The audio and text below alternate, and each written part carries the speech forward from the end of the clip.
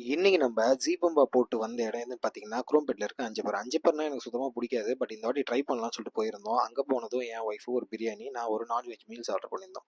Non veg மீல்ஸ பொறுத்தவரையும் அவங்க ஏதோ சட்னி குடுக்குற மாரி குட்டி குட்டி கிண்ணத்துல குடுத்தாங்க. அது எனக்கு சுத்தமா புடிக்கல. அதுக்கப்புறம் நான் ஒரு மட்டன் கிரேவி ஆர்டர் பண்ணியிருந்தேன். மட்டன் கிரேவி வந்து பார்த்தீங்கன்னா, மட்டன்லாம் நல்லா தான் இருந்தது. பட் அந்த கிரேவி எனக்கு பெர்சனலா வந்து புடிக்கல.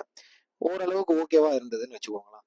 ஆனா, இவங்க கிட்ட கிடைக்கிற இந்த ஃபிஷ் கிரேவி உண்மையிலே அத்தென்டிக்கா அந்த பழைய ஸ்டைல், அந்த வில்லேஜ் ஸ்டைல் ஒரு மீன் குழம்பு எப்படி இருக்குமோ அந்த மாரி இருந்ததுங்க.